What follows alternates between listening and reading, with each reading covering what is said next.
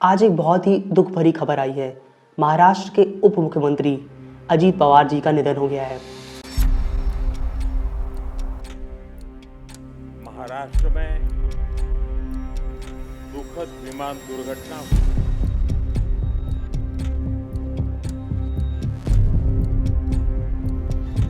More news coming in at this point in time following Ajit Pawar's death. A band or a shutdown has been called in several parts of Pune. Statement that Ajit Pawar is willing to leave the BJP. And now what happened today, I need proper investigation under the supervision of Supreme Court. जो घटना हुई है, जिसमें जो खबर आ रही है, जो जानकारी मिली है, पवार परिवार के लिए बहुत दुखद घड़ी है।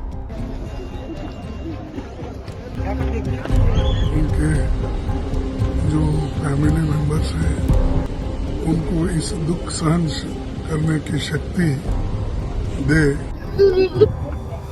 ऐसा लेकिन हमने देखा है कि पायलट ने भी ट्राई किया होगा कि लैंडिंग करने का, लेकिन लैंडिंग हुआ नहीं है। ये बहुत शोक वाली घटना है।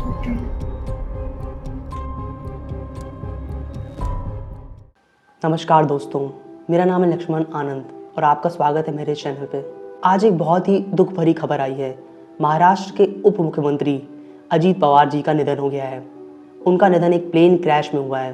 सभी के मन में एक सवाल है, अचानक से कैसे हुआ? ऐसा क्या हुआ कि अजीत पवार जी का प्लेन क्रैश हो गया? क्या कोई तकनीकी खराबी आई या कोई साजिश? इसकी अभी जांच चल रही है। आइए बात करते हैं हुआ क्या था। आज के वीडियो में मैं कोई अफवाह नहीं फैलाऊंगा, मैं आपको बताऊंगा आज हुआ क्या। यानी 28 जनवरी 2026 को सुबह 8:45 पे ऐसा क्या हुआ कि अजीत पवार जी का प्लेन क्रैश हो गया। कहाँ हुआ, कैसे हुआ, ये तो बात की बात है, लेकिन इतने बड़े नेता का प्लेन क्रैश होना बहुत बड़ी बात है, क्योंकि वो डिप्टी सीएम है, महाराष्ट्र के डिप्टी सीएम है। एक बहुत बड़ा स्टेट है और एक बहुत बड़ा पद वो संभाल के रखे हुए थे। वे अपने कार्यकर्ताओं के बीच काफ़ी लोकप्रिय थे। उनकी पार्टी एनसीपी, जिसके वो नेता थे, उनके कार्यकर्ताओं के बीच उनकी लोकप्रियता बहुत थी, जो कि इस हादसे के बाद देखा भी गया। आइए वीडियो में आगे बढ़ते हैं। अजीत पवार जी महाराष्ट्र के प्रभावशाली नेताओं में से एक हैं।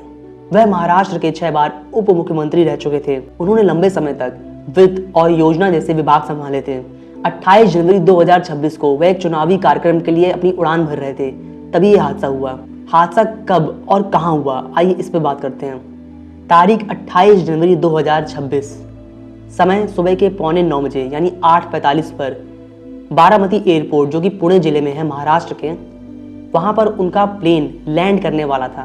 बारामती अजीत पवार जी का राजनीतिक गढ़ माना जाता है। वे वहां पे बहुत ही लोकप्रिय हैं। अजीत पवार जी एक private jet layer jet 45 XR में सवार थे, जो कि मुंबई से बारामती आ रहा था।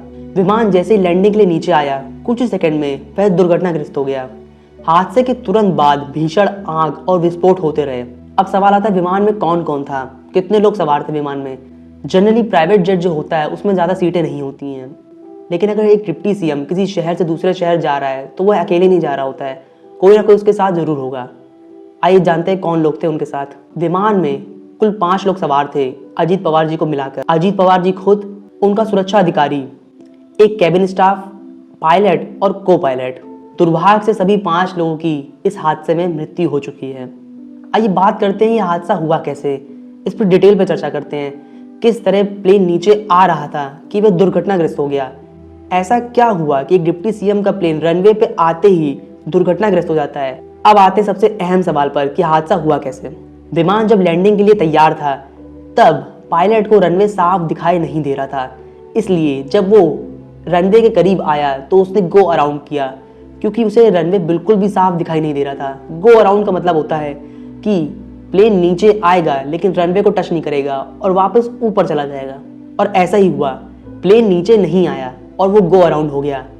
दूसरी कोशिश में पायलट ने एटीसी को बताया कि मुझे रनवे साफ दिखाई दे रहा है, इसलिए मैं लैंड करने जा रहा हूँ। लेकिन हुआ क्या, प्लेन जब नीचे आया तो वह दुर्घटनाग्रस्त हो गया, वह अनस्टेबल हो गया।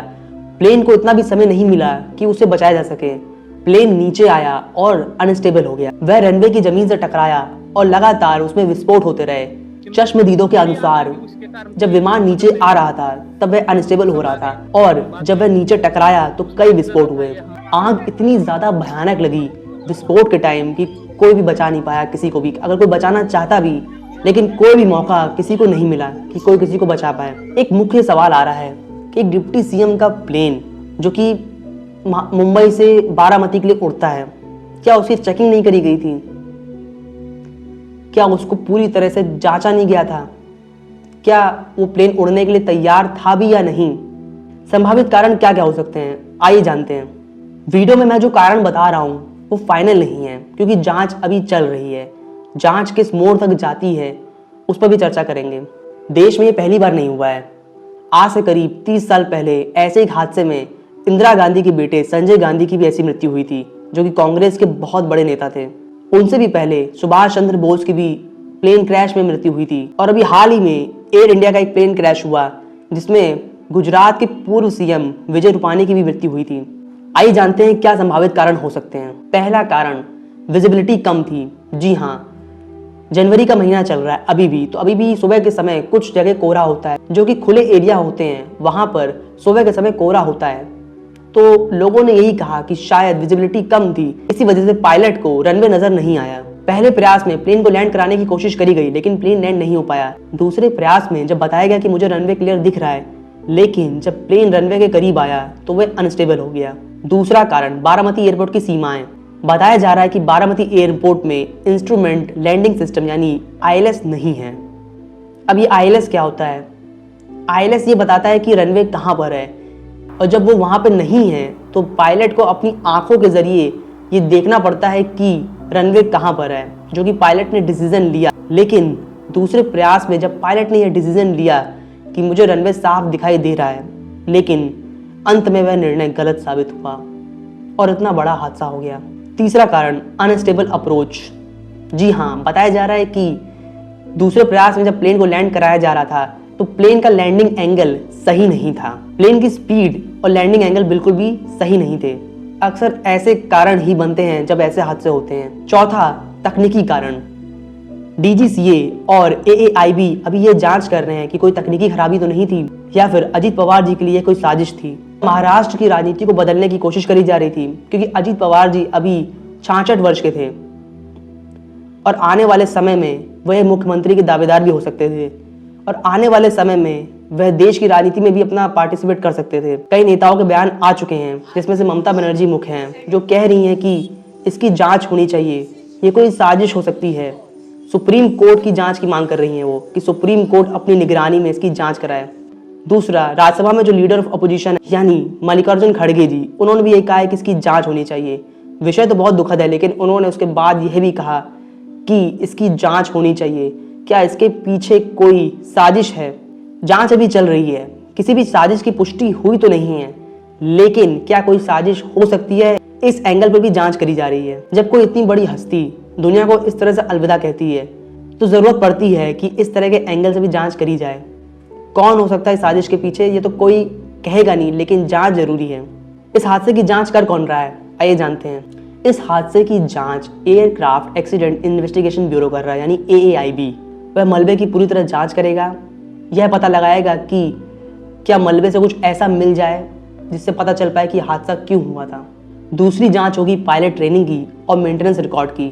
अक्सर ये पाया जाता है कि कभी कभी जो प्लेन उड़ा रहे होते हैं, जो कि पायलट होते हैं, वो पूरी तरह से ट्रेन नहीं होते हैं, या फिर किसी मानसिक बीमारी का शिकार होते हैं, या फिर उन्हें जब कोई ऐसी सिचुएशन आती है जो कि वहाँ पर हुई, कोहरा था, पहली लैंडिंग में साफ दिखाई नहीं दे रहा था, दूसरी लैंडिंग में क्या सही डिसीजन लिया गया, या फिर उन्हें प्लेन दूसरी लैंडिंग पर भी नहीं नीचे उतारना चाहिए था, उन्हें ऊपर कर देना चाहिए था, उन्हें फिर से गो अराउंड करना चाहिए था और किसी ऐसी एयरपोर्ट पे लैंड कराने की मांग करनी चाहिए थी जहां पर विजिबिलिटी हो। वैसे तो वो पायलट भी इस दुनिया में नहीं है, तो क्या सच था क्या नहीं, इस पर सच में कोई पता नहीं लगा सकता, क्योंकि उनके माइंड में क्या चल रहा था ये कोई नहीं जानता। विमान मेंटेनेंस रिकॉर्ड, जी हाँ, जिस कंपनी ने यह विमान बनाया है उस कंपनी ने यह तो कह दिया कि हमने पूरी जांच करके इस प्लेन को उड़ाने के लिए कहा था और रेडी किया था, लेकिन क्या सच में मेंटेनेंस रिकॉर्ड यह कहता है? इसकी जांच भी होगी। अंत में मैं यही कहना चाहूँगा कि अजीत पवार जी महाराष्ट्र के बहुत बड़े नेता थे। जी हाँ, वह 6 बार डिप्टी सीएम रहे हैं, वित्त और उन्होंने योजना आयोग भी संभाला है। इसके बाद वह एनसीपी के बहुत बड़े नेता थे। आज अस्पताल के बाहर ये देखा गया कि किस तरह लोग रो रो कर अपना बुरा हाल कर रहे थे। जी हाँ, इस हादसे पर प्रधानमंत्री जी ने, गृह मंत्री जी ने, देश में जितने भी मुख्यमंत्री उन सब ने और अलग अलग बड़े नेताओं ने इस पर दुख जताया है। नेताओं के अलावा क्रिकेटर हो, फिल्म स्टार हो, कोई भी हो, सब ने यही कहा है कि यह हादसा दुखद है। अचानक से ऐसी खबर आना कि इतने बड़े नेता का प्लेन क्रैश हो गया है और उनकी मृत्यु हो गई है, इस बात को कोई पचा नहीं पा रहा है। वैसे मैं आपको बता दूं, आज पार्लियामेंट का बजट सेशन भी शुरू हुआ है। जी हाँ, और बजट सेशन में इस बात को बताया गया कि अजीत पवार जी की ऐसे हादसे में मृत्यु हो गई और उस पर सभी सांसदों ने मौन भी रखा। जब जांच एजेंसियां अपनी एक रिपोर्ट सबमिट करेंगी तब उस पर भी मैं एक वीडियो बनाने वाला हूं। मैं उम्मीद करता हूं कि मैं आपको पूरा प्रकरण समझा पाया हूं, और अगर यदि आपको ये वीडियो पसंद आया हो तो वीडियो को लाइक ज़रूर करिएगा और सभी लोगों के साथ शेयर करिएगा ताकि कोई भी अफवाह का शिकार ना हो। ऐसे हादसों के बाद अक्सर अफवाहें बहुत उड़ती हैं जिसमें देखा जाता है कि किसी भी वीडियो में किसी बड़े नेता पे इल्ज़ाम लगाया जा रहा है, गलत स्टेटमेंट्स दी जा रही हैं। इसलिए आज का वीडियो इसी पर्पस पे था कि कोई भी अफवाह ना फैले, कोई भी गलत जानकारी ना फैले। बने रहेगा ऐसे और भी जानकारी से भरे वीडियो को देखने के लिए। इस हादसे पर और भी जानकारी प्राप्त करने के लिए मेरे चैनल को सब्सक्राइब जरूर करिएगा। मैं पूरी कोशिश करूंगा कि जल्द से जल्द आप तक सही और सटीक जानकारी पहुंचाऊं। तब तक के लिए धन्यवाद। जय हिंद, जय भारत।